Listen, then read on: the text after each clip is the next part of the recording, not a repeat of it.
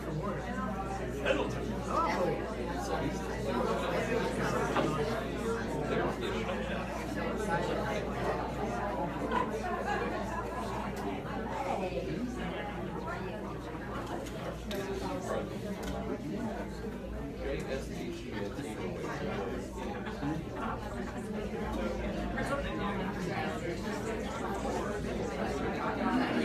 Day 3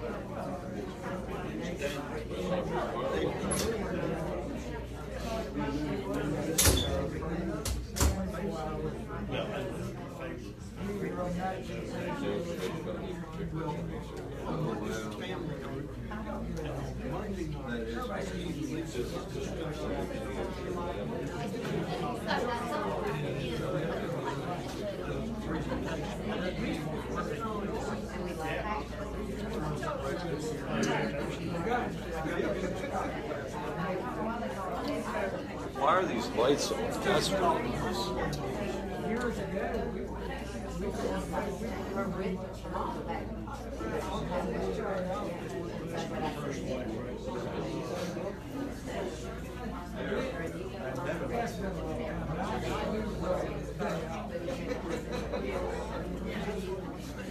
All right, guys, we will get the show on the road. Thank you for being here tonight.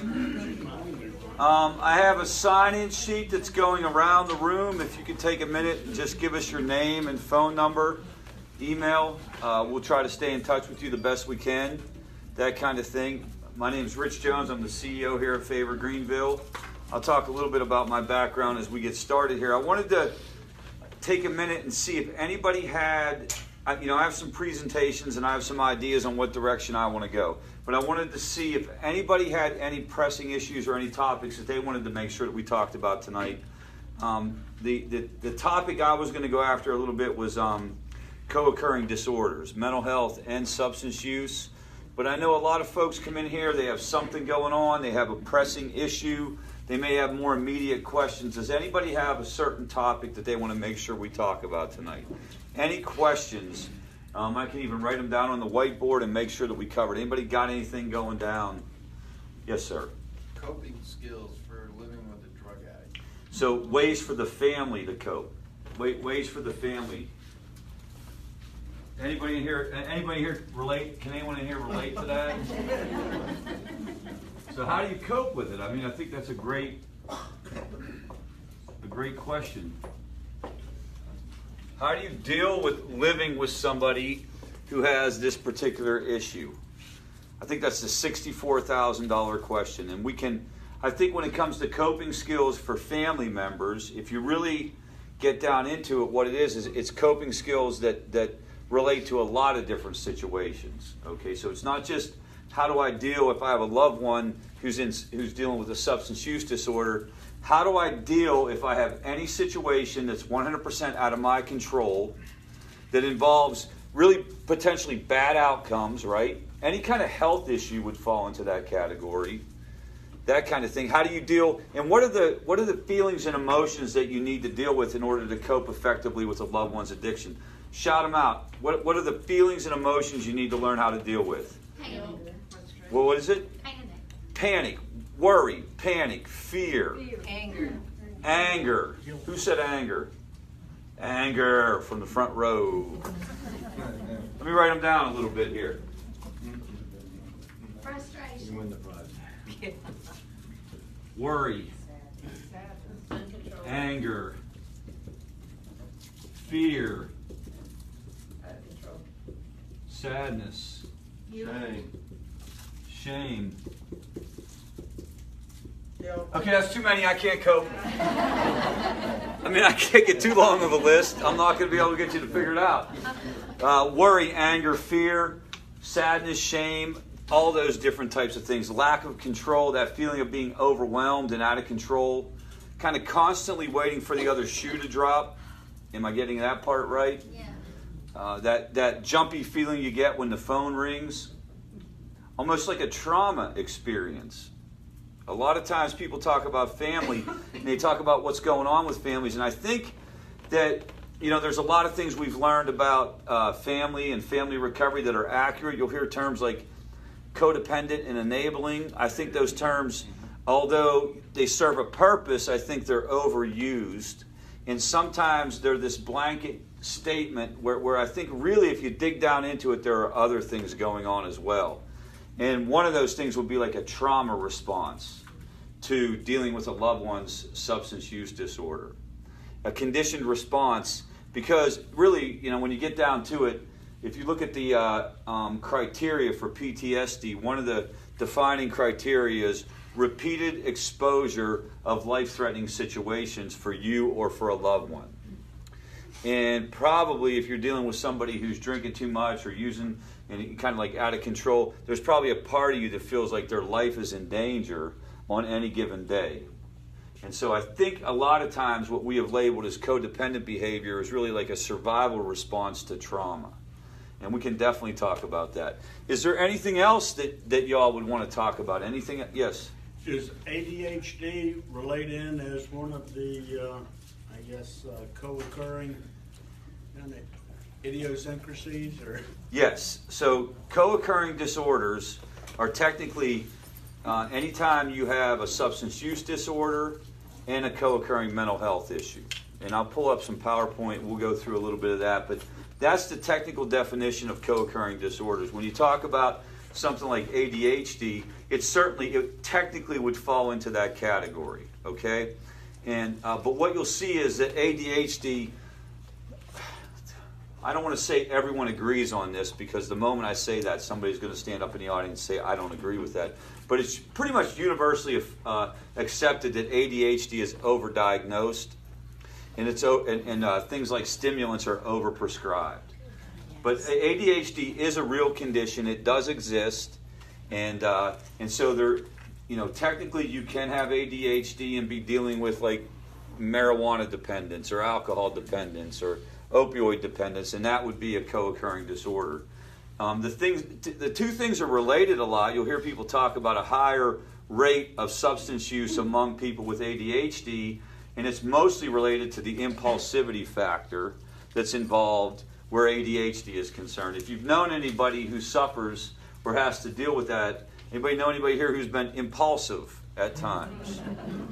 You guys, that personality type that will leap before they look, that kind of thing. It's interesting when you look at prevention programs in high school. Prevention programs have actually gotten a bad rap. They technically have done their job. Prevention programs have leveled off the increase in terms of number of kids using. So in other words, there aren't more kids using drugs today than in the past. It's just that the drugs that they're using are more serious and more significant than what they were in the past. Does that make sense? So technically it's not raising. Like actually a little bit less kids get high today than they used to, which is good news. Prevention is working. The problem is what they're using is very, very dangerous. And it seems that there is a prevention-resistant group in any given high school. Do you guys know what I mean by that? There seems to be kind of like three groups of kids.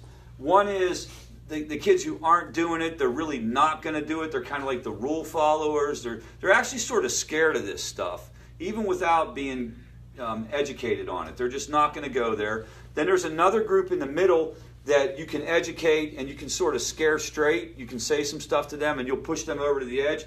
And then there's the group that I occupied, which I would refer to as a prevention-resistant group. We were the group that sat in the back of the room and asked each other questions like, I wonder what that little purple one does. Okay, so what is that about? That tends to be correlated with this personality type of risk-taking, impulsive, what we've labeled ADHD today. ADHD was not an available condition when I was in high school. You could not be ADHD. It was called BAD. And I think I said this the other day. The preferred remedy for that was I came up in the days of corporal punishment. Okay, there was no Ritalin, there was a paddle, and it tended to work on a lot of days. But we could talk more about that. So, any other topics? We'll talk about these coping skills, but any other topics specifically? Yes. This might not be a topic, but when you have a child like in a rehab, what do you talk to them about? You mean like when they call, or? Yeah, when So they the call. question is, I don't know if you could. Do you mention the rehab, or do you just talk? Fantastic question. I So didn't know if that was a good question. but- that is a fantastic question. I have no idea when my daughter calls what to talk about. or So the whatever. question is, if you have somebody who's in a treatment center, off at rehab, and they call, what do you talk to them about? Does it feel? It probably feels a bit awkward. Hey, what'd you learn in your recovery program today? Anybody tell any interesting stories about getting high? You know, that kind of thing. We would recommend you try to normalize the conversation as much as possible, that you talk about the weather, that you talk about, news within the family, that kind of thing. What we got to be careful of, and we've gotten feedback from family members that have dealt with this and also people in recovery, if it becomes all about recovery all day, if it becomes all about what are you doing in treatment, what happened, it's okay to check in on that, but you can talk too much about that. And it can become overwhelming for everyone involved. You sort of want to try to work on, and it's going to be very, very odd. Make no mistake about it. There's not going to be anything easy about those conversations. But as a parent, what's going to happen is, as a parent or a family member, and bear with me on these conversations, guys. I've been at this a long time. You're looking for an answer. You're looking for the person to say something to you, or you're looking for a counselor to say something to you, or somebody tell you something that's going to make you comfortable with the situation and make you think everything's going to be okay. So you have to be careful, because that doesn't exist. I want to go on the record and tell you that scenario doesn't exist. Do you guys get all that? No one in the world can look at you and say everything's going to be okay. And there's nothing that you can read into in terms of their tone of voice. There's nothing you can read into in terms of whether or not they'd say they're doing good in group. Like I'll hear people say to me about their loved one being in treatment that he seems so, enthusiastic. He seems like he's so engaged. He's talking a lot about it. He's excited. Everything's going to be great. And that person's high the moment that they get back to Greenville. I've heard the opposite, where like they're lying to their counselor. This person will not tell their counselor the truth. I know he's not. This is something I hear a lot. I know he's not telling the counselor everything that's going on. And then that person will come back and hit it out of the park and be fine. That you want to try to avoid that type of stuff and just normalize it. But that said, it's not an easy thing to do. It's a very odd conversation. You're probably struggling with the idea of like, this kind of stinks that I'm in this situation, that she's in that situation. Talk about the weather, just share news, just be polite and pleasant, that kind of thing. That's a good song for your ringtone, man. I'm so sorry. I used to get high back in the day listening to that. Oh no, is it a trigger? That's a trigger. Game over. Game over. And I had a situation with a family in Pennsylvania that I was working with a long time ago, and this topic would come up a lot about. I just want to have normal conversations, and so we would encourage you to do that. We would encourage you to go for that. But that's a fantastic conversation. The only other caveat I would throw out there: sometimes you'll wind up talking about what are your plans when you come out, which is an important part of the conversation too. What are you going to do? What is your recovery plan? Are you going to go to a sober living house? Are you going to go to 12-step meetings? Are you going to go to favor meetings? That type of stuff, I think, is an appropriate thing. I'm of the opinion the family should be included in that. Hopefully the treatment center that your loved one is at will do that. Yes? Can we just talk a little bit about when you know that person is slipping, you just know it. You see the signs, you know that whole panic comes about you, you don't know what to do, but you want to do something. Yeah. You don't want to just wait until they're just having hallucinations running down the street. Yeah. But you see the signs, you know it's happening. So you have a situation. So the question was, what do you do if you can read the writing on the wall, and you can tell that the person is heading down the wrong path and sort of heading for that cliff, right? And there are different schools of thought around that. On one end of the extreme is this idea of don't do anything, stand back, you have to stay out of the way, you have to let this unfold.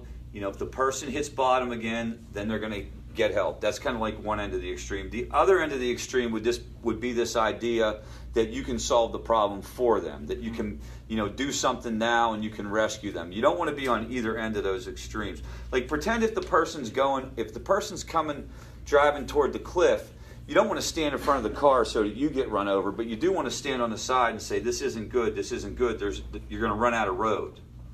And so we would say, you directly communicate on it, and you directly confront it, for lack of a better word. Confront maybe is the wrong word, because it implies you have to be like confrontational about it. I don't mean that, but you directly bring it up. This isn't good. I've learned about this. I go to group at Favor. I've talked to my coach. I've learned about this, through family education programs. This is not going well. What is your plan? And you try to have a conversation about it. One of the hardest things, I think, in general, is talking to a person who is in the middle of a substance use disorder, kind of like in the middle of active addiction, or sort of in that relapse zone. That's a very difficult conversation. Would you guys agree with that? Yeah. What happens? The person gets very defensive. The person gets very, very angry if you bring it up. So the thing is you probably instinctually know that you need to say something. The idea is, how the heck do I say this in a way where she's going to hear me? Because you don't want it to turn into a blow up, her running out of the house, you didn't get any. What are your strategies on communicating with somebody in that situation? Anybody have any good suggestions on communication? Yes. We found it was helpful to have those kind of conversations in the morning when our son wasn't high. I didn't think he was. And to do it as calmly as we could. So the timing of the conversation is incredibly important. You have to try to have the conversation when you're calm and when they're calm. So you don't want to do it like, I'm not sure how you feel after group. Like if you leave tonight, for example, and I got you all fired up, you don't want to go home and like, Rich told me to do this, let's go. Get down here, come on. You don't want to roll like that. So a time whenever you're calm and whenever they're calm, and you want to approach it with, you want to start off the conversation with something like, can we just talk about this for a minute? Or can I get 5 minutes of your time? I promise you I'm not going to appreciate it. I just need you to hear me out. You're trying to say it in a way, it's counterintuitive to what we've been taught as a society about addiction. What we've been taught as a society about addiction is that an addict is a liar, cheater, and thief. They're scumbags, they're manipulators, And your job is to confront them and practice tough love and get in their face and just, hey, if you do this again, you're out. We don't encourage that. We don't encourage that type of thing. We want it to be more of a conversation because your goal is for the person to actually hear you. If you've ever been in a situation yourself when you've been talking to somebody, maybe it's been at work, maybe it's been your boss at work, do you respond to being scolded? Do you respond to being preached at? No, you respond to a conversation. Because your goal with this is to get her to get back on track, right? Yes? Okay, what if they're in denial about it, but yet you find the stuff to prove it, but they still don't admit that they're doing it? Yeah, so that's really, really common. The question was, what do you do if they're in denial? Like if you see the person do it in front of you, like they're doing it in front of you, or you find the stuff and they deny it, then you got to start talking about what are the boundaries around this. This is where you got to start having conversations about, can they continue to live at my house if I continue to find this? And you have to kind of almost start to plan an intervention around the issue. But what I can tell you, in most cases, having a blow up around this is not going to go well. So you would have to, do you guys get that? Listen, by all means, if yelling at your loved one works, go do it. I want to go on the record. If you can yell at them and they're going to listen to you, then if it's not broke, don't fix it. Do you get where I'm coming from? But what I'm as a person who's been on the receiving end of those conversations, as a counselor who's done this a lot, what I've found is direct confrontation really doesn't work. So what you'd have to do is one of two things. You'd have to try to have a conversation and get them to kind of like cop to what's going on. Or the second thing is to start planning an intervention almost, where you would set your boundaries and then you would say to them, I know this is what's going on, and it's really not open for discussion, but you're not going to be able to continue to be here if this continues to happen. What if they agree, but yet it just still goes on? Like, what if you feel like, okay, they're clean for, I don't know, a month, but yet that month rolls around and yet you're still finding stuff, and then it goes on with the same talking and everything's calm and stuff, but yet it's still... Yeah, so the question is, what if it just never starts to change? What if it never changes? The person continues to do the same behavior over and over and over again. And this is where we would encourage you to continue to be here, because what will happen is you will start to measure your own level of tolerance with this. And unfortunately, sometimes with some folks, you have to get to a point where it's no longer about a conversation, but it's really about, have you guys heard the term bottom lines? If you've heard the term, here are my bottom lines. You can know I will no longer live in this house if you continue to use these substances. Now, what we would say is that there's a lot of different, guys, there's a lot of individual factors involved in that. And I don't stand up here and say that every single person in that situation should do that. Do you guys get where I'm coming from? This is exceedingly important. This is an individual situation. You got to talk about the details of it, and you really got to check yourself and see where you're at in your process. And you got to make sure that if you say that out loud, you're going to be able to follow through on it. And it's very different for different people. You know, how do you know when you're actually ready to pull out those bottom lines? You feel it in your gut. A lot of it is you get tired of it. You just get so beat down by the behavior. And then the other thing is you become comfortable with dealing with the consequences of those bottom lines. So if you get comfortable with the idea that you are making them leave, and now you're going to deal with it, and you're going to know that they're out, and everything that goes along with that. You sort of have to think the scenario through in your mind. What we believe is really counterproductive is if you say that stuff and you don't follow through, because it becomes almost like an empty threat. You know, so in my situation, I'm in recovery 18 years, and my wife probably told me 153 times that's it, you're done. That's it, you're done. Until finally one day, that was it, I was done. Do you know what I mean? And it was after she started going, in her case, to Al-Anon. So she started going to Al-Anon, and she started to get educated about this and understood what was going on. And then that was whenever she said, you know, that's it. But all those other times that she said that, and then what do you think happened? For me, it became an empty threat.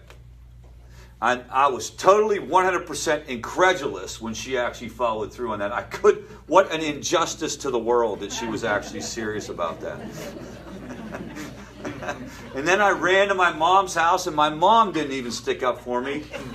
And so, that was a process that they went through. So how do you get there? People in the group might be able to share on that. Can anybody share about their own personal journey on going from point A, which is, I don't think I can do this, I don't think I'm, to becoming ready to really, Sherry? Okay, with our daughter, she lived with us for 5 years, and we did the same thing. I'd had it, said, you're out of here, blah, blah, blah, blah, blah, and it got worse and worse, and then pretty soon it ended up with supervised visits for the child, and so she had to stay there so that she could see the child, and, it was the same old, she'd work, and she'd do her job, went to a rehab, then she relapsed, and then she lost her job, but we still had the child. So finally, her dad and I, and I always wanted to do this for the child, because I said the child deserves to see his mom, But then it got to the point where we finally just said, you know what? That's the only thing we haven't taken away from her. So guess what?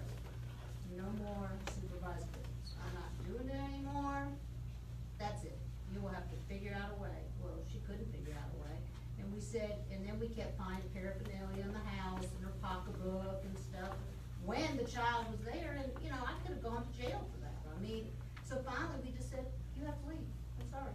You have to leave. We have, and right now she is in rehab, but we have decided we will pay for anything for her recovery.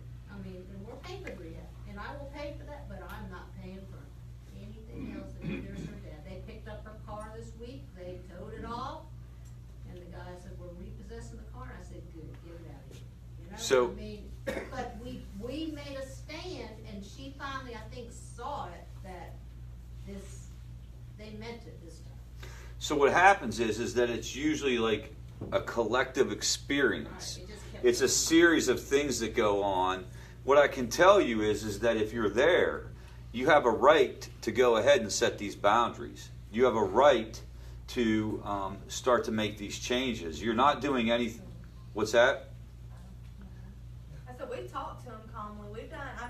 I sat there one-on-one with him, and I know this and that. He's been to the Phoenix Center, Marshall Pickens, comes back as normal, and then you get back out on the streets with the same people again, and then it's like the same people, and then you'll get with a new crowd, and then it's like, where did you even meet these people from when?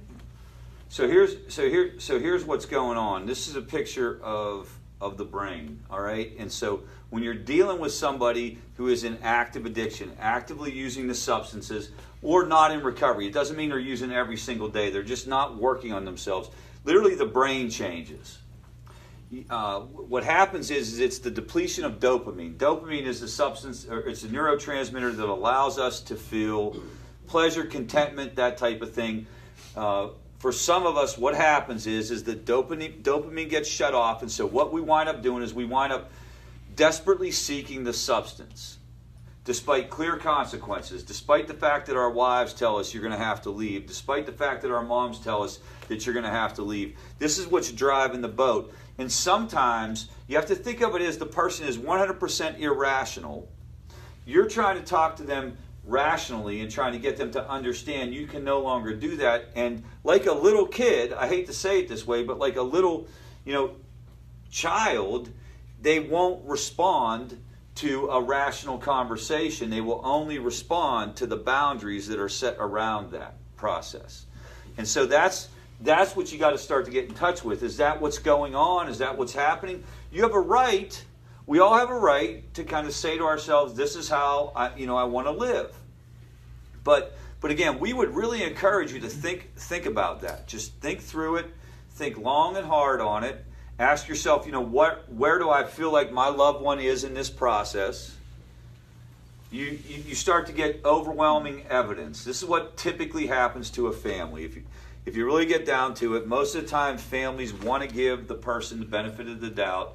But what happens is over time, sometimes it takes years, but the evidence becomes overwhelming that this isn't going to change. This isn't going to change. And then you start to say, okay, and then typically what it is, and Sherry just said it around supporting recovery, typically what the family will say is, I'll support you as long as you're doing A, B, C, which usually involves some type of treatment program, that type of thing.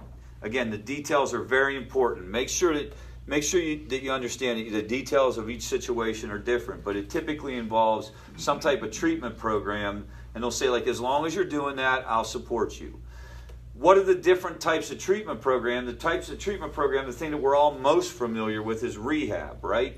Rehab is where you go and you're there and you stay there for a period of time. The longer the better is usually what you'll hear people say. There's also outpatient rehab. There's intensive outpatient rehab.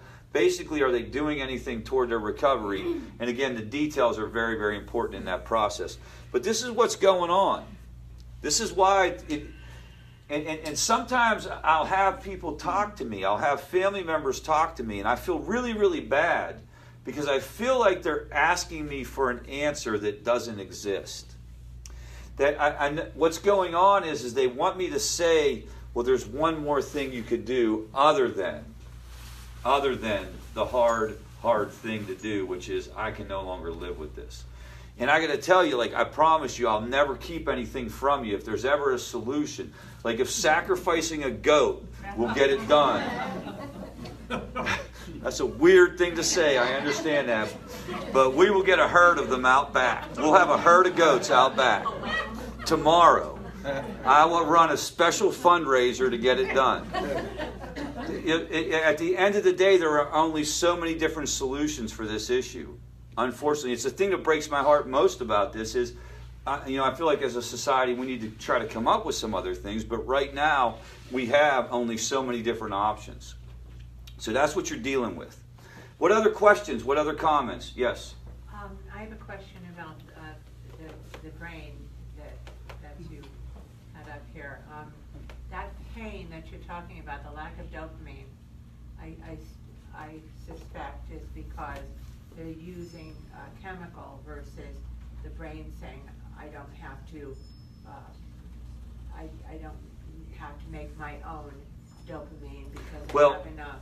No, what happens is the brain shuts off the production of dopamine because too much dopamine in the brain is dangerous.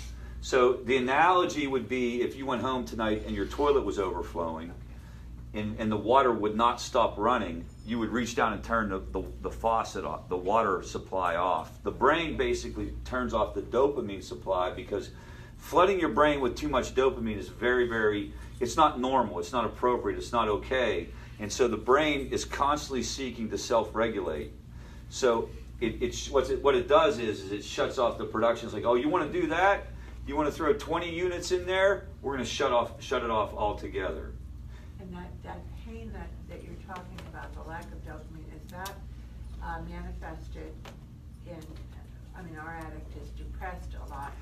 Is that the pain that you're talking about? It feels like depression. The question was, what does that feel like? What's that experience like? And it feels like depression is technically a different experience than depression, but and depression can also be going along with it. But yeah, absolutely. Inability to feel, here's the way to think of it. You just absolutely 100% cannot feel normal. You cannot feel okay. So you're walking around and you're not necessarily in depression in the classic sense where you're having like suicidal thinking. You could be having that, but that's not necessarily what's going on. What it is that nothing is okay. It's tired, it's fatigue, it's craving, very, very hard for me to explain exactly what the craving is like. Nothing is all right. I got to get this substance. Because in your mind, the substance equals, being normal. And then on top of it, with certain substances, especially like opioids, alcohol, benzodiazepines, but opioids are, we all know that that's an issue right now that we're facing. You're also going through physical withdrawal. So now you have this mental obsession to try to make yourself feel right. And then the second thing is that you have this physical withdrawal. If you were at the mental health symposium this weekend, I don't know if anyone was there, but Elizabeth Vargas, who's she's on ABC, she's a 2020 reporter, so we sponsored her to come in. You like it how I got that shout out right there about how we sponsored her to come in? And so super successful woman, became addicted to alcohol. She described it like this. It was magic, okay, meaning it made me feel like wonderful. Then it became medication, meaning it made me feel normal. Then it became misery, because no matter what I did, I couldn't feel okay. I feel like that's, if you're in recovery and you're in the room, you can make your own judgment on whether or not that's a good description. But I feel like that's a very, very good description. When you first do it, when you first do these substances and it floods your brain with that much dopamine, it's a magical experience. I say it all the time. If the first time I got high, it was like getting tasered, I wouldn't have gone back again. It was a very positive, euphoric feeling like nothing I've ever had before. But and then it moves from that. It's no longer up here to like, okay, now I'm normal. Okay, now I just feel, and then it gets really, really weird, guys, because then when you use, you can't even feel normal. And that's when you know that you've crossed the line into something else. Whenever you start to use and you're not even climbing up, like let's pretend this is baseline. Let's pretend this is normal. And you're using and you're only getting to here. Now you are in a desperate state of mind, and you don't know this, or you don't believe this is going on with you. So what do? You're constantly seeking this substance to try to get there. So you're in this process of reaching and reaching and reaching, and you're never getting there. And that's whenever things can get really, really strange. That's whenever people's behaviors can get really, really strange. That's whenever you'll look at a person and you'll shake your head and be like, this is not my son. This is not my daughter. This is not my husband. This is not my wife. I don't know this person. How many have felt that way? How many people have felt like an alien came down in the middle of the night and sucked their brain out of their head and put something in place of that? That's why. That's what's going on. It's a neurobiological process. That's a physiological process. It doesn't make what happens okay. I'm not making excuses for people. This is very important. I'm not making excuses for our behavior when we're in the middle of substance use disorder. I'm not saying that it's okay. I'm saying this for the sake of the family. We've talked about this in here before. This isn't so that you give your addicted loved one a break. This is so you understand what you're up against. It'd be like the equivalent of me like plopping you down in France and everybody's speaking French and you're speaking English and you're trying to get everybody to understand you. You're trying to get the person to understand you. He can't. He won't. There is no, if you ever figure out a way to debate an addict into recovery, you have to let me know. You've got to come in. We're going to write a book immediately, and we're going to be billionaires. If you figure out that magic formula on how you debate somebody into recovery, where all of a sudden they go, you know what? I never thought of that before. I'm not doing drugs anymore. That never occurred to me. Yes, I'm going to quit today. If you figure that out, then you got to let me know. And if you do, if they do say that, I would take it with a grain of salt, right? I would be a little bit suspicious, because they'll probably follow it up with, and let me borrow your credit card so I can go out and get something to celebrate. Any questions about this process? This is an important part of the process to understand. Yes, ma'am. So if they quit, how long does it take to reverse and get it back? Great question. So, and remember, this is also very important to understand. This isn't everybody who's using substances wind up here. You can also dangerously use substances and not have your brain change. That's also important to understand. The number one indicator on whether or not your brain will change is age of first use. Okay? So the younger you are and you start messing around with substances, the more likely it is that your brain will change. The answer to the question on how long does it take to recover, it's very different for different people. It depends on how old you are when you enter into recovery. It depends on how long you were using a substance. A lot of people will say it takes, 90 days, 60 days. Some substances like methamphetamine, you'll hear people talk about 18 months. Yeah, that kind of thing. There are things you can do that will make the process better. You can, say for example, that you're going to meetings. So there's a cool thing that happens at meetings, and this has been studied. This isn't just recovery meetings. This is any time a group gets together with a common purpose. what happens is that certain neurotransmitters are released that make people feel better. You'll come to a meeting and not even share and leave feeling better than you did before you walked in. That helps restore this process. Eating right helps restore this process. Exercise helps. You want to know what works for this is prayer and meditation. So regardless what your personal bent is on the universe or what's happening out there, prayer and meditation has been shown to replace dopamine and help heal the brain. That kind of thing. So in other words, you can do things that make it better. Or you can sit on your couch and just not use, and that's not going to go as well. What other questions about the brain or comments about that process? So the takeaways for the family are what? Be very, very aware of what you're dealing with. Don't make excuses for people, but be very aware of what you're dealing with and understand that you might have to do an intervention, you might have to make the person leave, you might have to take some extreme measures to get them to a point where you can even have that conversation. What other final comments, guys? Yes.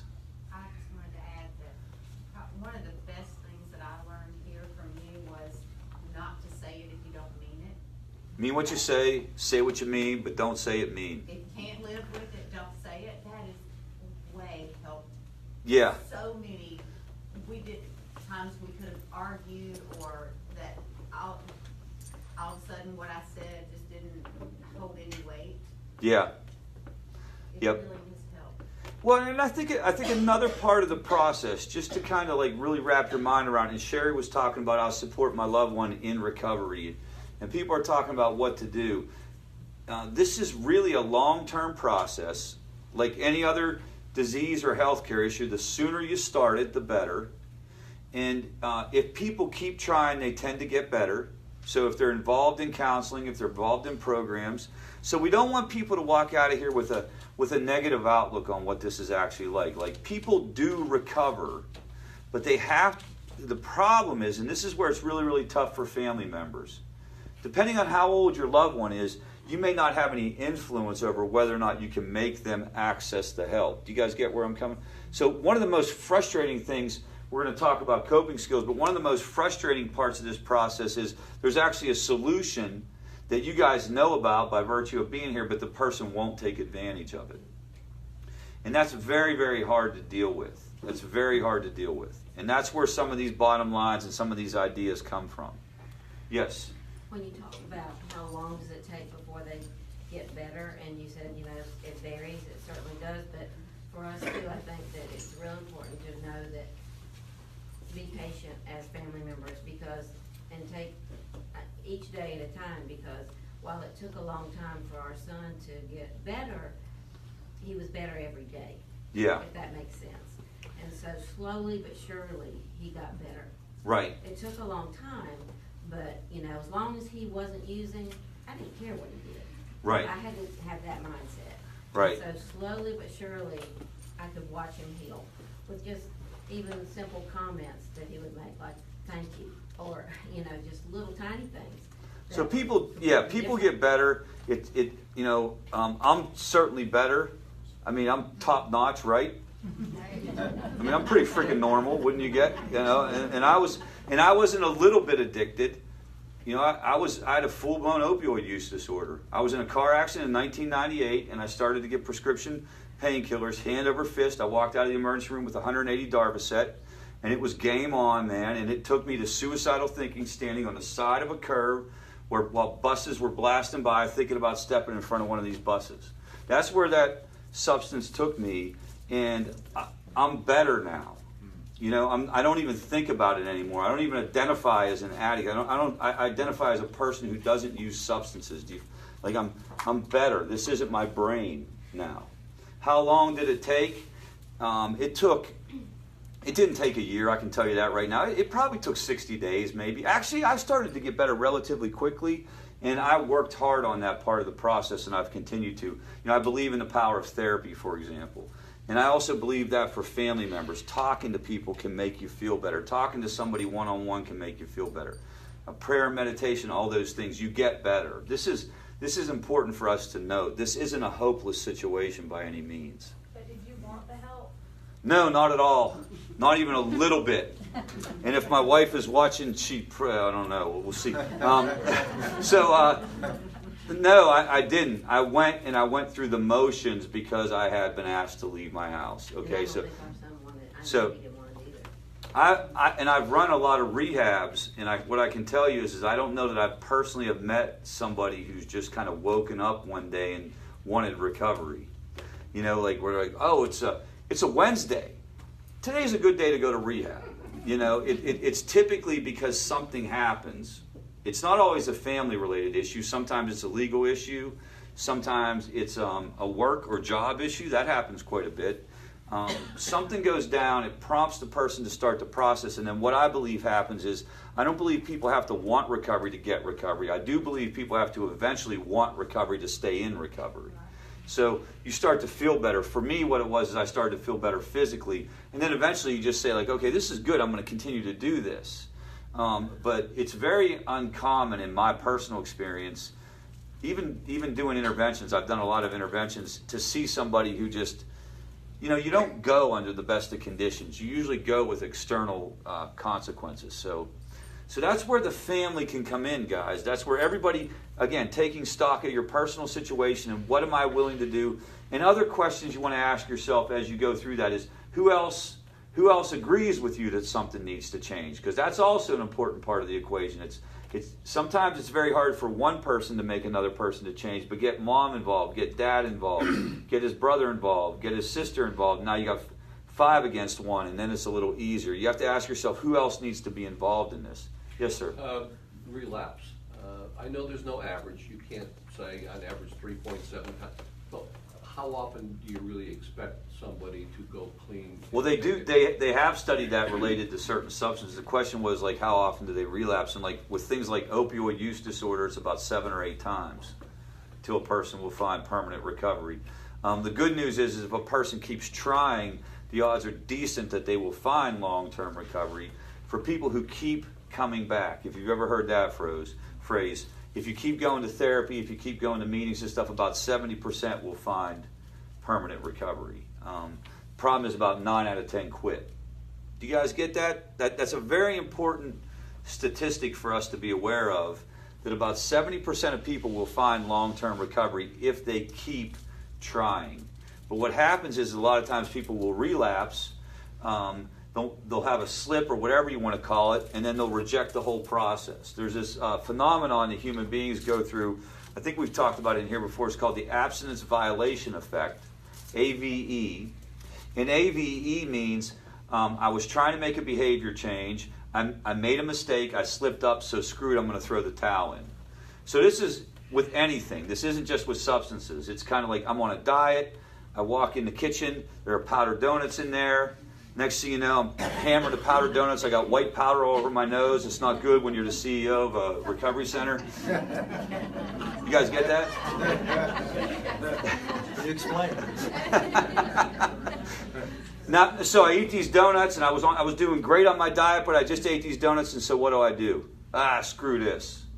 And then I get a large pizza. You know, that kind of thing. That's what we're up against with relapse. Like, it's kind of like, I tried, I can't do this. And then you throw the towel in, and one day turns into 1 month, which turns into 6 months, which turns into a year. And as we know, the longer that you're in a relapse, the harder it is to pull yourself out of a relapse. Yes? I'd like to add that I think the same process happens with family members. Okay. Very much so, that we have the expectation that if our loved one relapses, screw the whole thing. They're not going to make it, and we don't stay committed to our change that we need to make. Yes, I think. Families have to be committed. Yes, that's a great comment. Suzanne just said that the family goes through a similar process.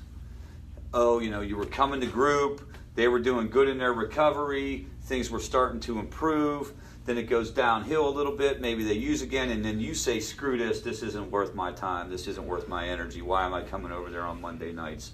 And you throw the towel in too.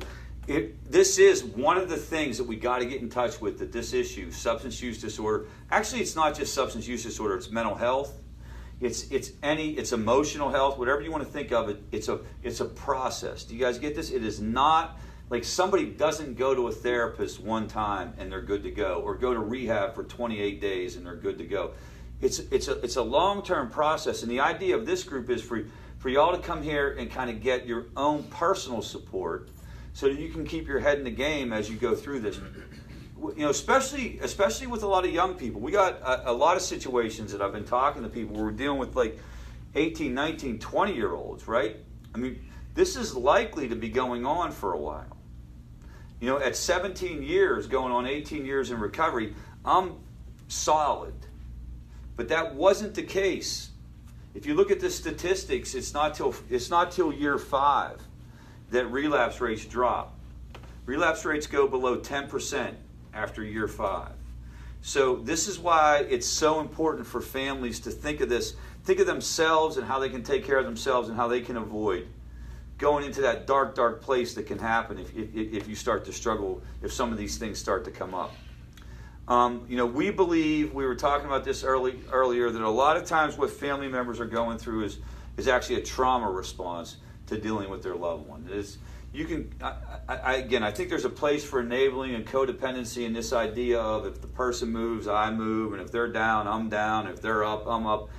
But I get that, and that could be the case as well. But I also believe that there's actually like a reality of living with somebody who's in crisis, of living with somebody that you're in this constant fear could wind up dying, or could wind up going to jail, or could wind up with the worst case scenario that will get you into almost like a traumatic response to situations.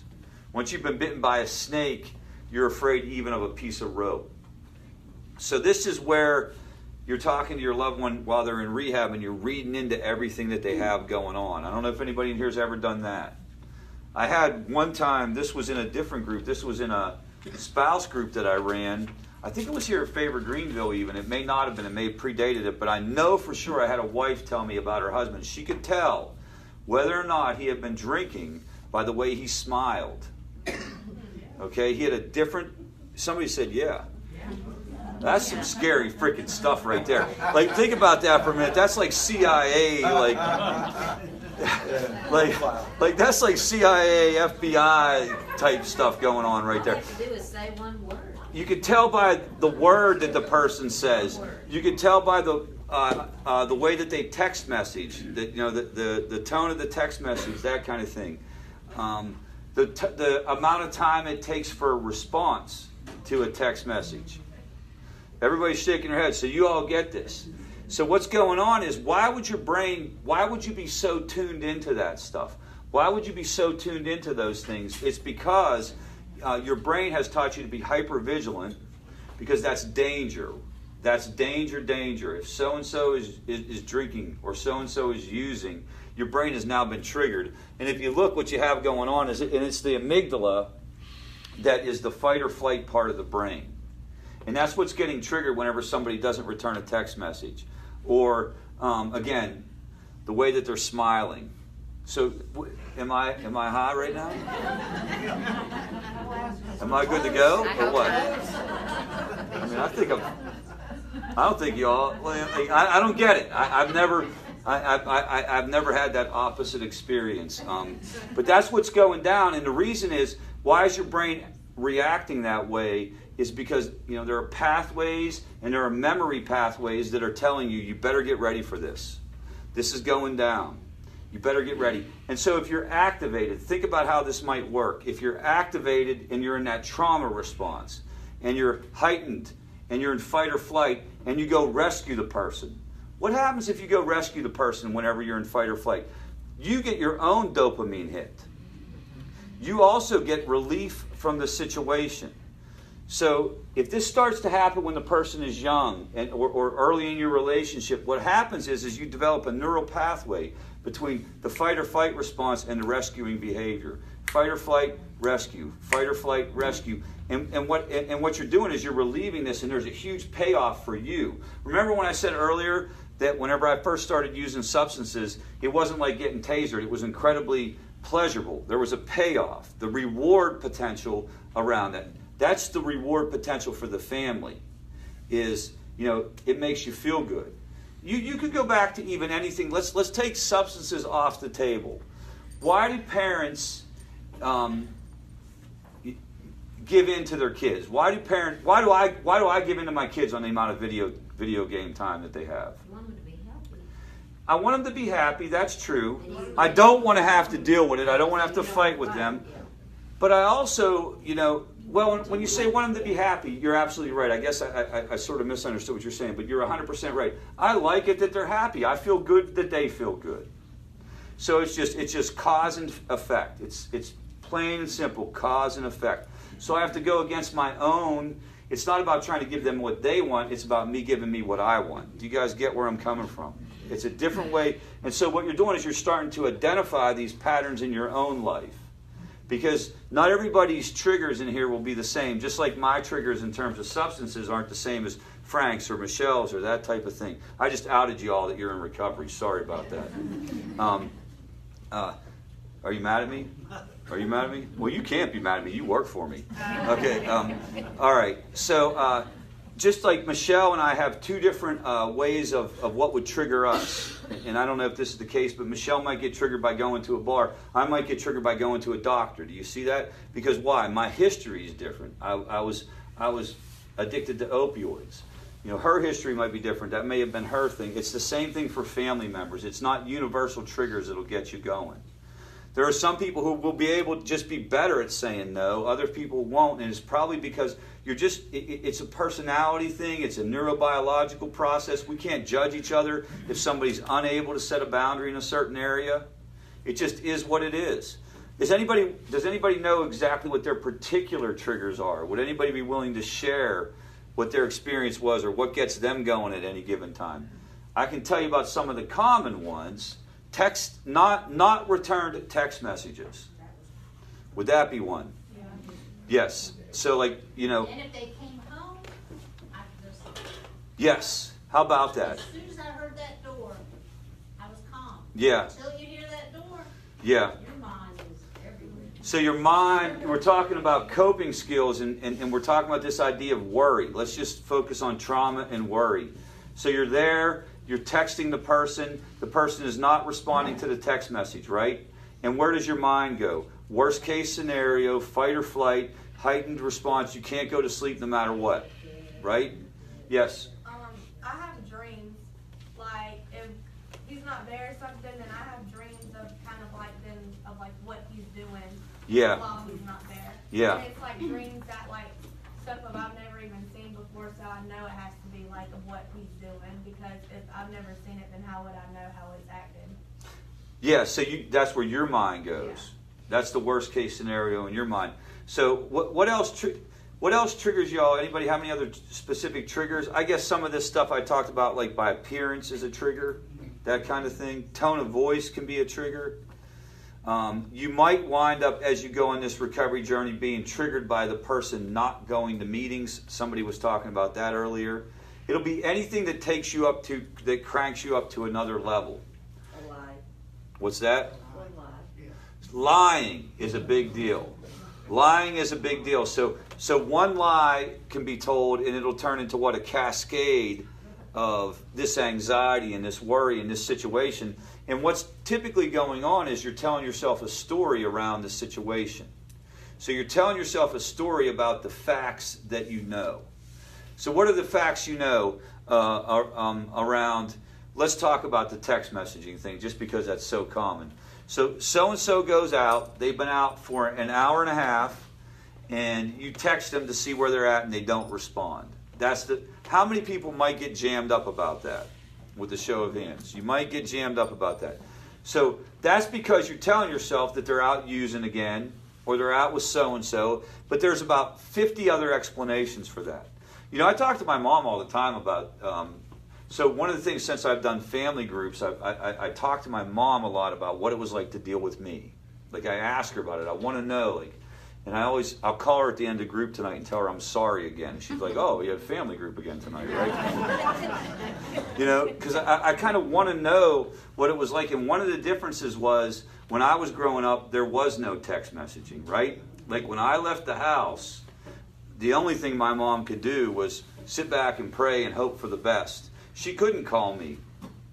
Sometimes if I told her where I was, she could call a landline, but I think that's where the idea of like let go and let God and detachment came from. It was designed for this different period of time. Now, if we don't hear from our kids for an hour, we can get jammed up. Frank, were you going to say something? Well, I start rehearsing what I'm going to say. Oh, yeah. You know, You're ready for it. That just goes, you know. How many people have done that where you're actually, now you're ready for what you're going to say when they walk in the door? How about you text a book? Yes, yes. So now you're like wound up. You got text. You text back a novel, that kind of thing, and you're wound up. They come in the door, and now you're loaded for bear. And so as soon as they come in the door, you blast them with your worst case scenario, which could be true. We have to go on the record, like what you're thinking could be true, and you're thinking it for a reason. You know, you're allowed to think it. I get it. But now what happens? They get defensive, and now as they get defensive, we talked about this last week for sure. They get defensive, you get defensive. They get defensive, you get defensive. Now you start thinking in your head, you're the one in a righteous position. You're the one that's been put through this. You're the one that's staying up because you're worried. So now you're really jacked up, and now you're going to go up here. No! And they're shut down and not listening to anything you're saying. So now it blows up. It blows up. And many times you'll hear this phrase, like it kind of leads almost to a self-fulfilling prophecy. And then the person rushes out the door again, and you're going through it again. And an hour later, you're texting them again, I'm sorry, come back. Okay, what's a better way to handle that? What are your techniques? And we can camp out here as long as we can when we talk about these coping skills. Let's talk first with, let's just say, what would fall under this category? Certainly worry, anger, fear. What are your techniques to calm yourself down? Or what are some techniques that calm you down whenever you're at a 10? Anybody have any suggestions? Breathe. So, absolutely breathing. Take a step back and take a deep breath. Literally, what are you trying to do there? You're trying to slow your body down.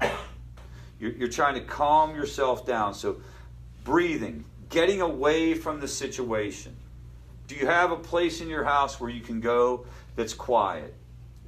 Can you step back and kind of bring yourself down in that regard? What else? Mary Kay? Sometimes I would just pray and just say the same prayer over and over and over and over. Kind of like just flooding my brain with words, like saying the Lord's Prayer, saying something else. Almost like it's sort of like a meditative practice like whenever you describe it like that. Go from 0 to 500 in 60 seconds with all the things that could happen. So prayer, or especially like rote prayer where you're saying it over and over again, what you're doing is you're redirecting your thinking at that point. Breathing, stepping away from the situation, trying to distract yourself for a minute. When the person comes in, Sherry said earlier that whenever so-and-so would come in, that she was able to go to bed. Maybe you just go to bed for the night. Maybe you go to bed and you say, we're going to attack this thing tomorrow. What you're doing is you're constantly saying to yourself, how am I going to move this needle on recovery? How am I going to make this a little bit better? What's the best way to approach this situation? I'm here to tell you that whenever you're fully activated, that is not the best time to try to talk to anyone, whether it's your loved one dealing with addiction or a coworker at work or whatever it might be. It's typically going to end bad. I got to the point I deleted her number out of my phone. So I didn't even want to hear from her. you cut it off. So you'll hear people talk about that. No, don't tell me where you are. Don't tell me nothing. So people will block numbers, but they will also turn off their phone at night. I've heard people talk about this quite a bit, where they will turn off their own phone at night because they don't want to get woken up. They don't want to get triggered by that, shock in the middle of the night, that jump, that kind of thing. So that's an option for sure. You have to check yourself. Carol? I was just going to give something that I did. Okay. And I've said it in here before, but it popped up again. Take a baseball bat to a punching bag and just do Good it. Lord.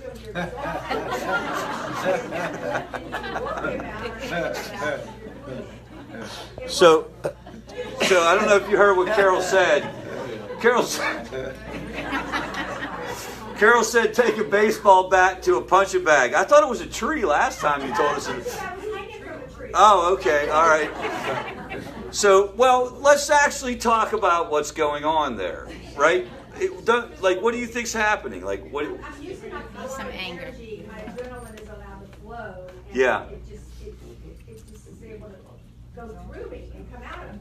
Yeah, there's a physical release, right? There's a physical release that's going on when you're beating that tree with that baseball bat. That's for sure, right? My husband hit, one day she came home and it was always the same excuse, my phone died, my phone died. So he got her phone and he did take a baseball bat to her. So, He put it on the ground and he said he hit it. this is a bit extreme, but this would technically take care of both ends of the equation. You would no longer get, what Sherry said is that they took a baseball bat to the phone. Clearly you're not going to get a phone call that night. You're not going to have to worry about getting woken up. But you want to react from a place of calm. You want to react from a place of peace, that kind of thing. I want to talk about this other part of the process. Well, Mary Kay, did you want to say something? The only thing I was going to say is, for me, I knew I could never cut my phone off.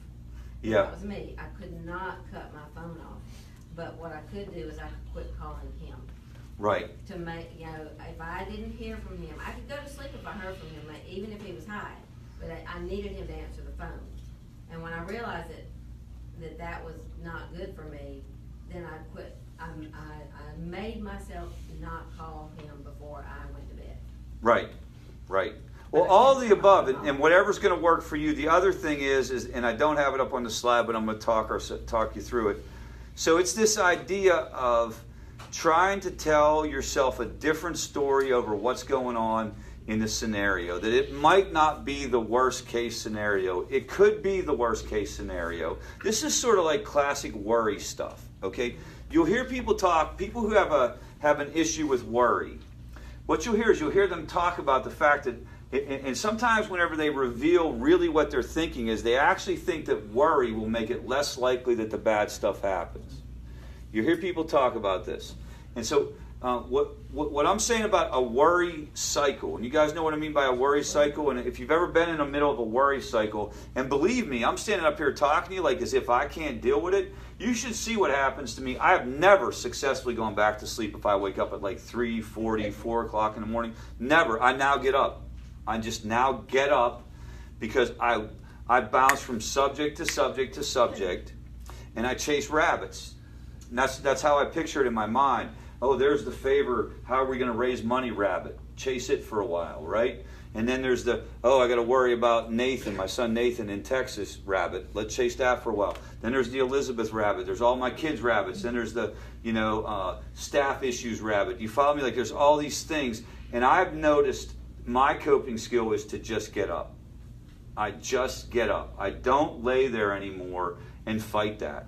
And then what I do is I have made a personal decision that I would prefer to fight through the day, the next day at work, nearly exhausted, and then go home and pass out than I would to lay there and toss and turn until 6 o'clock in the morning, 7 o'clock in the morning. That's just how I've chosen to deal with that issue. I get up.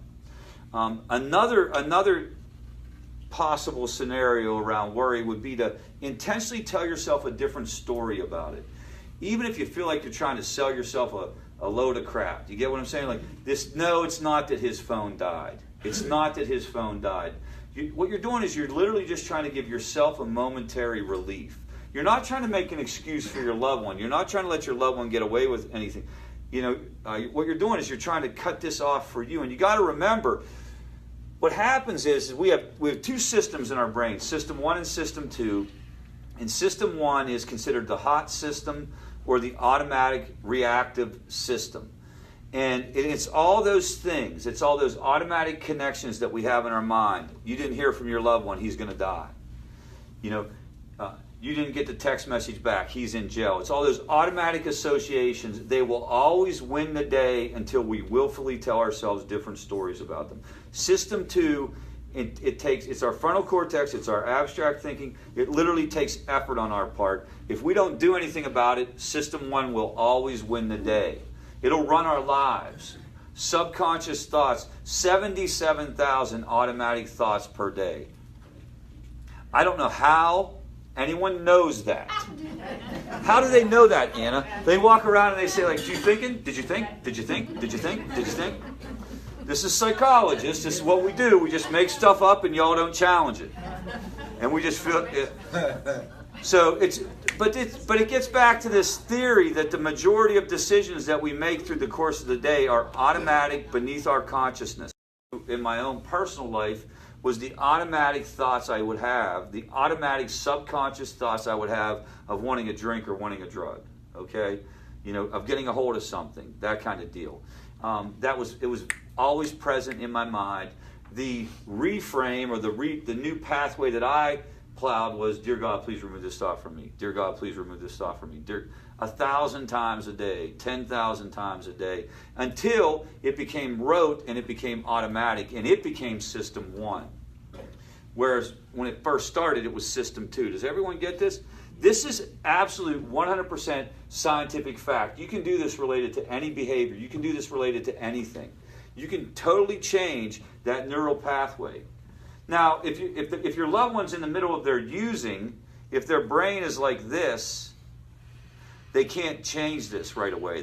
This is why things like detox exist. This is why rehab exists. It's impossible to change your neural pathway if your brain is like that. Does that make sense to everyone? You have to give yourself a fighting chance. You have to get stabilized. You have to get decompressed for a minute, and then you can work on that and you can start to change. But remember, these behaviors and these responses as family members, this worry, this automatic worry, this automatic worst case scenario situation, the sky is falling type stuff, it's ingrained and it's natural, and you're going to have to intentionally make it different. It's just not going to happen. The analogy is, if you've ever gone skiing, how many people have gone skiing? So, have you ever gone, like whenever I would go, it would be icy, and like when you're skiing late in the season, it's always icy and there's always ruts, and when you're skiing, you wind up going into the ruts, and you can't really get out of the ruts, right?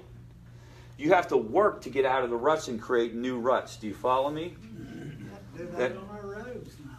Yeah, it's a good point. Now, try this analogy out. All right? One of the things that will help you get new ruts is if they put fresh snow down. Okay? You get that? If they put fresh snow down, if you were skiing and you have ruts, all of a sudden they make snow, boom, now you have fresh snow. It's easier to make new ruts, isn't it? The fresh snow is therapy. The fresh snow is coaching. Is this good? Yeah. I just made this up. Right? The fresh snow is AA meetings. The fresh snow is Al-Anon meetings. The fresh snow are Nar-Anon meetings, favor groups. That's all the stuff that's going to make it easier for you to plow these routes. But this is good news, guys. You can actually retrain your brain around this response. And it doesn't mean that you will be okay with what your loved one is going through. This is very important.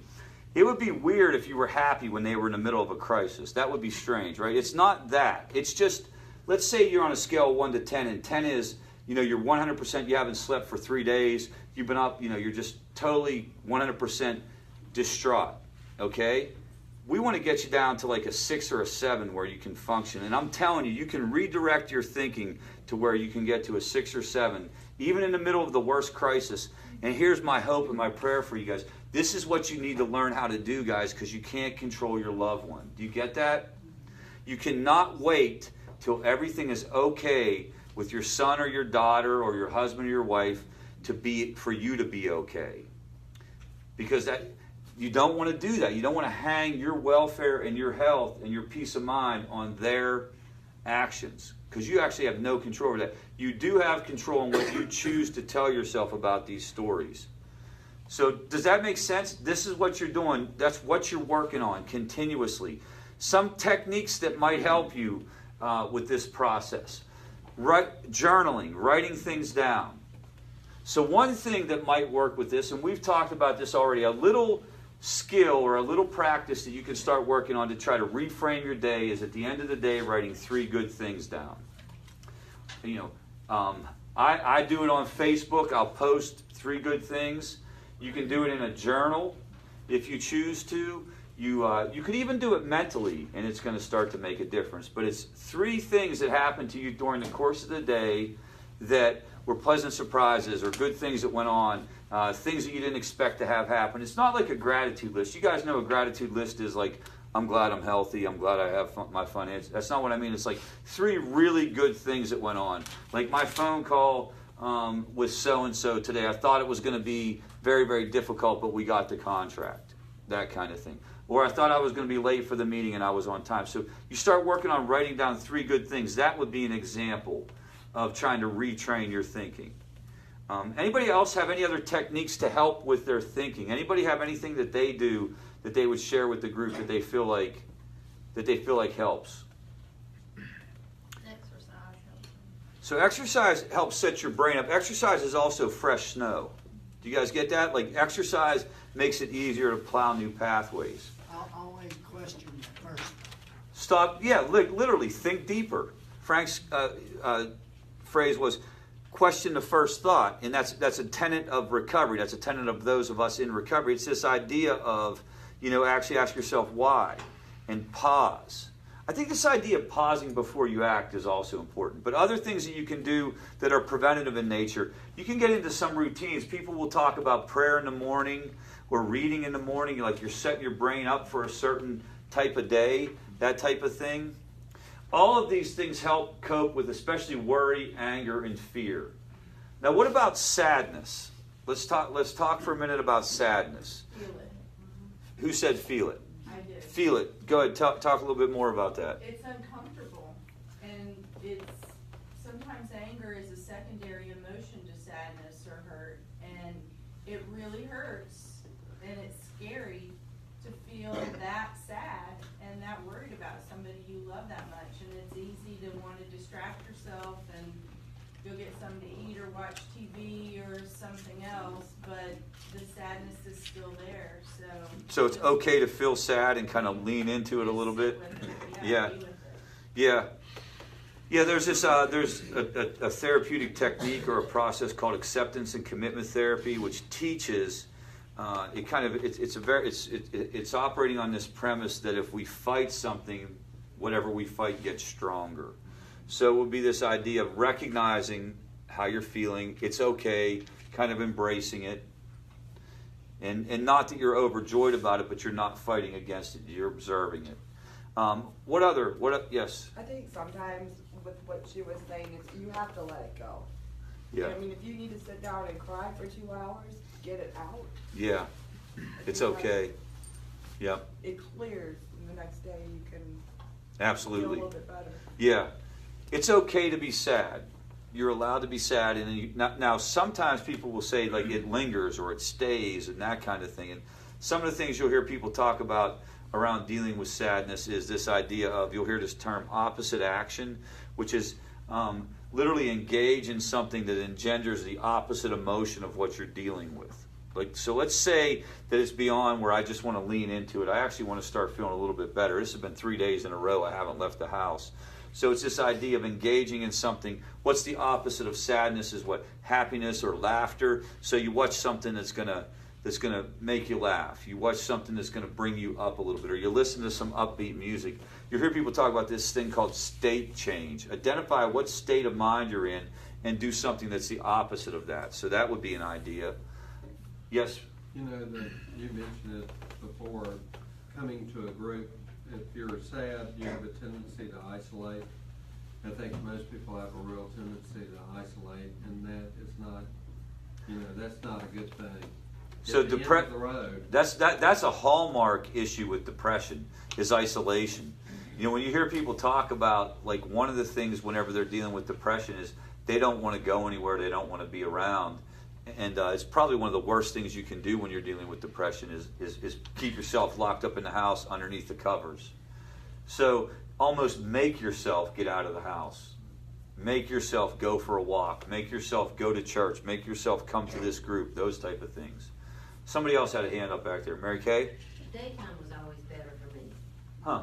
When I woke up, just daylight was better. Things didn't seem to blow up in the daytime. I had made myself breathe and try to have a better day. Yes. Because in preparation for what the night might hold, until it got better. If that makes sense. Yeah, no, that makes a bunch of sense. Fridays were horrible. You know what always hit the fan on Fridays when there was nobody open on Saturday to get help. What else? There was no one open on Saturday. That's a great point. Do you guys hear what she said? It always hit the fan on Friday night, and there was no one open on Saturday to get help. Because the behavioral health world operates Monday through Friday, 9 to 5. And there was no baby. Because we know that, addiction operates Monday through Friday, 9 to 5, too. And was the truth. Do you want to know that, like, at Favor Greenville, one of the quietest times is Friday afternoon? Nobody wants to get help on Friday afternoon. They're only like 2 hours away from the weekend. I'll put this off till Monday, that kind of thing. Yeah, it's tragic that that's the case, but you're exactly right. Now you're stuck for the whole weekend, right? Yep. Who else was going to say something about ways to cope with sadness? Yes. Expect it, accept it, and deal with it as fast as possible. Yeah. So you kind of prepare yourself that it's going to happen right when you don't want it to happen. Yeah. So expect it, and then accept it. Don't ignore it. Don't say I'll put it off and deal with this later. And then you have to deal with it. So and even if you make a bad decision, you've made a decision. You've dealt with it, so you can move on. It's kind of like, let's see if I can pull this up. Let's see here.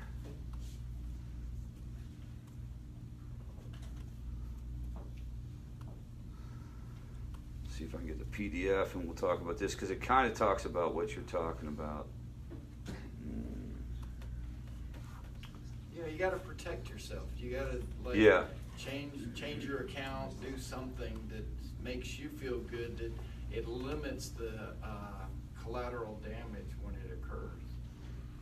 So this is an exercise. This isn't the best exercise. I'll bring it next time. But it's this idea of identifying what it is and start asking yourself questions. What actions can I take to address this right now? And then challenge yourself. If I don't do anything to address this, what's going to happen? And then what could be the result if I do try to... Like, it's evaluating the situation rather than kind of being a slave to the situation. But the key part of that is what if you come to the conclusion that you can't do anything? And then that's where you have to accept it. So now you've looked at the situation, you've rolled it around. I think that part of the equation is one of the hardest parts of the equation for family members. When you get to the point, what if you get to the point when you realize, and some of you are you're in that situation right now because I know your circumstances. Some of you are sitting in that very, very uncomfortable spot where there isn't anything to change. There is nothing you can do. And so that's very much a hard process. And I believe it is a process that you get better at as time goes by. You'll probably accept it and struggle with it and want to change it again and then try to do, and then accept it. It's kind of like this process. What are the factors that go into where you're at with that? The age of the person that you're dealing with has a lot to do with it. How long you've been dealing with it has a lot to do with it. I've noticed with younger kids, parents are much less likely to be in that stage of like, I'm ready to like accept this. And that makes all kinds of sense, right? Because you still have some options. But if you've been through the ringer for a while, you're probably closer to this idea of I can't do anything about it. And that's when you get into some of these other skills around this. The other thing I was going to mention are just like routines. If you get yourself into routines, if you get yourself into morning routines, for example, praying in the morning, meditating in the morning, getting up early enough that you're not just rushing out the door and you're already jacked up. The other thing is trying to eliminate toxic people from your life. We talk about this a lot, but you can't talk about it enough. You don't need judgmental people in your life if you're dealing with this issue. You do not need people who are going to tell you, here's what you should do, here's how I would handle this.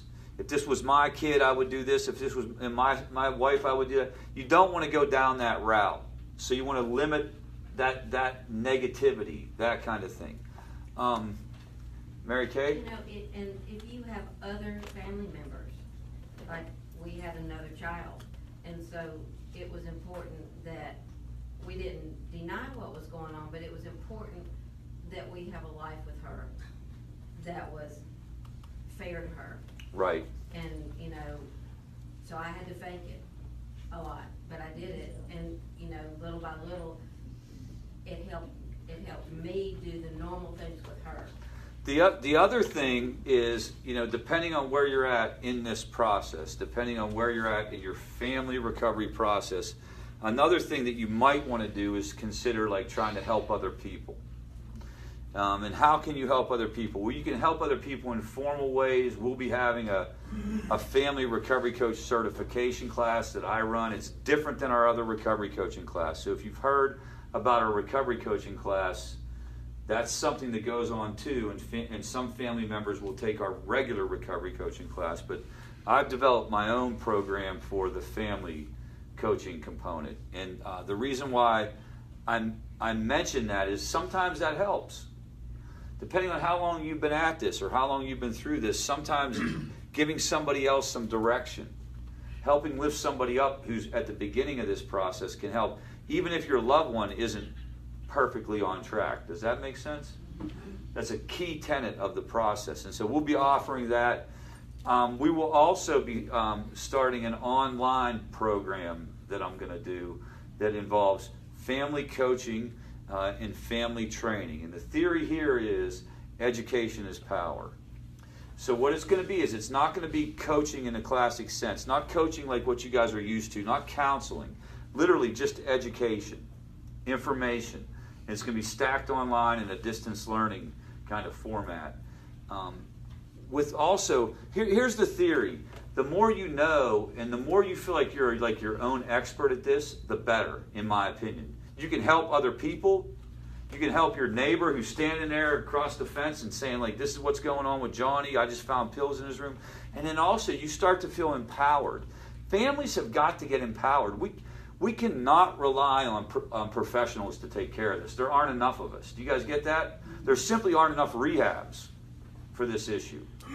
There aren't enough therapists for this issue. There aren't enough favored Greenvilles for this issue. So we're going to turn all of y'all into your own experts. And then what? You go out and you help other people. Then we turn them into experts and so on and so forth. And the next thing you know, we're throat punching addiction. Right? Right. Okay, Marine type stuff. Yes? I think there's a lot to be said for what she said about fake it till you make it.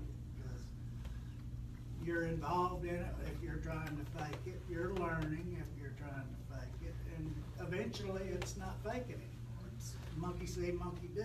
So I think it's interesting. I think it's interesting the terminology "fake it till you make it," because I absolutely believe that you can go and you can do things and you can engage in actions and you can engage in behaviors and then what will happen is they will become more natural and more accepted. But I don't think it's fake it till you make it.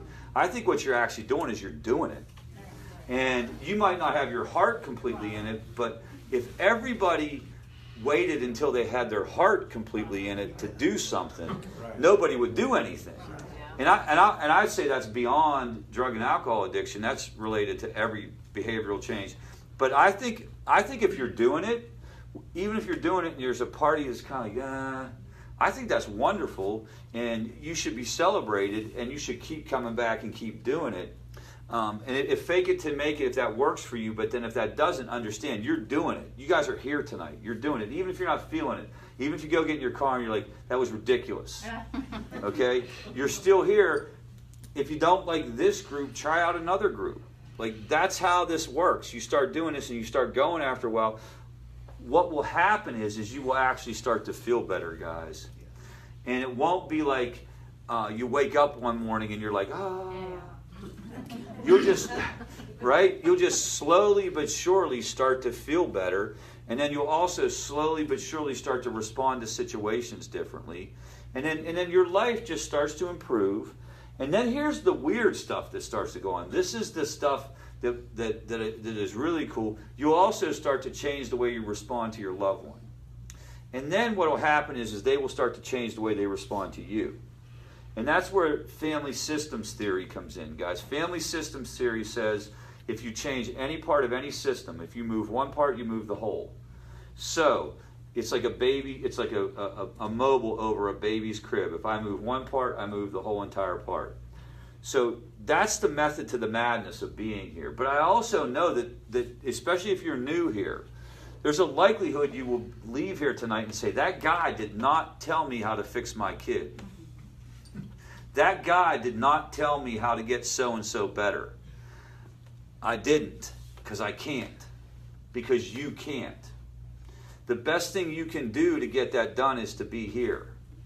And what will happen is you'll start to, now we believe we're gonna start to try to offer better, clearer options around things like interventions and stuff like that. And there may be some stuff that you can do in that regard.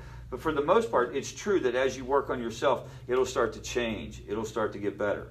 All right, so if you haven't been to one of our other groups, we have a different format. So next Monday is Memorial Day, and on the 4th, I am in West Virginia talking about this issue. I don't know if you guys, in West Virginia, so many people are dying that they literally cannot keep up with the bodies. So I'm giving a keynote at Marshall University, and I won't be here. I'll actually be in Pittsburgh on the 4th and then West Virginia on the 5th. So Carol Kane, who didn't know this till right now, let's give Carol a hand. Thank you, Carol. She will be here 2 weeks. So you guys have a wonderful Memorial Day weekend, and I will see you, I guess, in 3 weeks from today. If we can get a moment of silence, or a moment, we're going to pray here, pray the serenity prayer. We have a moment of silence for those still suffering with this disease and for the family members born into this no choice of their own, followed by the serenity prayer. God, grant me the serenity to accept the things I cannot change, the courage to change the things I can, and the wisdom to know the difference. If you have any questions, guys, let's get these cards and make sure we use this on-call line and stuff like that. So I'm going to get these cards and we'll distribute these right now.